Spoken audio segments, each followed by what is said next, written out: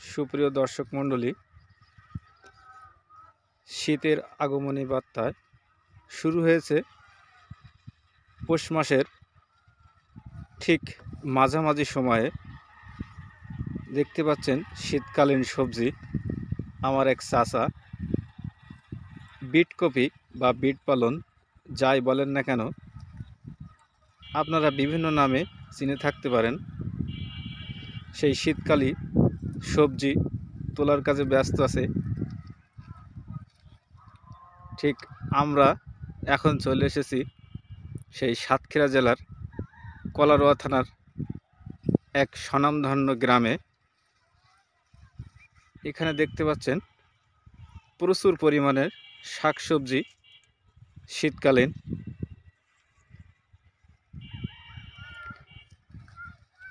এই bit copy বা bit পালন ক্ষেত থেকে সংগ্রহ করে নিকটস্থ স্থানীয় বাজারে এটি পাইকারি দামে বিক্রয় করা হবে। আচ্ছা, আমরা এখন আমাদের সেই কাঙ্ক্ষিত চাচার মুখে শুনবো এই বিট পালন বা বিট কপির দাম কত করে খুচরা বা পাইকারি বিক্রয় হচ্ছে। আচ্ছা চাচা, আপনি আমাদেরকে বলুন এই বিট কপি কত কেজি বা খুচরা দামে বিক্রয় হচ্ছে নিকটস্থ বাজারে? এই বিট কপি আমরা পাইকারি বেচছি 70, 75 থেকে 80, আর খুচরা খুব সম্ভবত 90 থেকে 100 হতে পারে, ওইটা আমাদের জানা নাই, কিন্তু আমরা বেচছি 70 থেকে 80। আচ্ছা, আপনার এই বিট কপি আপনার লাগাতে খরচ হয়েছে কত টাকা মতন বলতে পারেন? এটা আনুমানিক মনে করেন যে এই কপিটা লাগাতে খরচ হয়েছে আনুমানিক 20,000 মতো খরচ হয়েছে।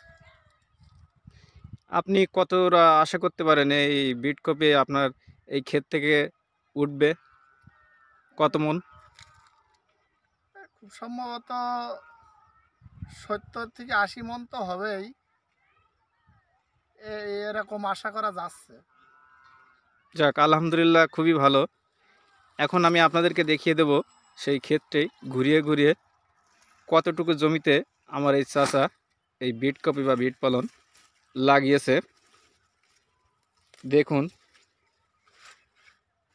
সম্ভবত কয় কাঠা হবে চাচা? 10 কাঠা হবে, 10 কাঠা হবে। এছাড়াও আমার চাচা দেখতে পাচ্ছেন এই সাইডে লাগিয়েছে পেঁয়াজ, দেশি পেঁয়াজ। আর কিছুদিন পরেই সম্ভবত এই ক্ষেত থেকে পেঁয়াজ সংগ্রহ করা হবে। এই পেঁয়াজ এবং বিট কপির মাঝে দেখতে পাচ্ছেন শীতকালীন আরও একটি সবজি, পালন শাক। এই শাকে আছে প্রচুর পরিমাণে আয়রন, যা শরীরের আয়রনের ঘাটতি পূরণ করতে অনেক সহায়তা পূরণ করবে। আপনারা এই পালন শাক খাবেন শীতকালে। দেখুন, আজকে সম্ভবত দ্বিতীয় দিন এই বিট কপি সংগ্রহ করা হচ্ছে ক্ষেত থেকে।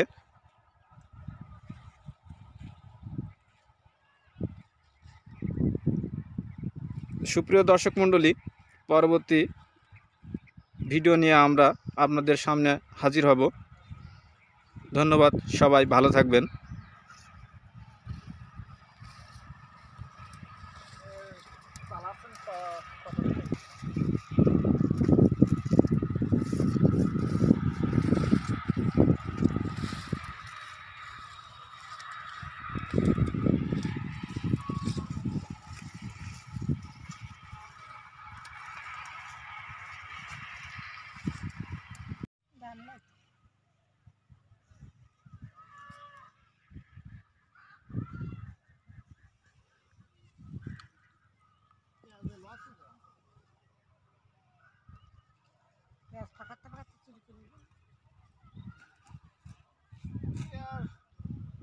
দাম নেই, গেছে ও জানে গেছে।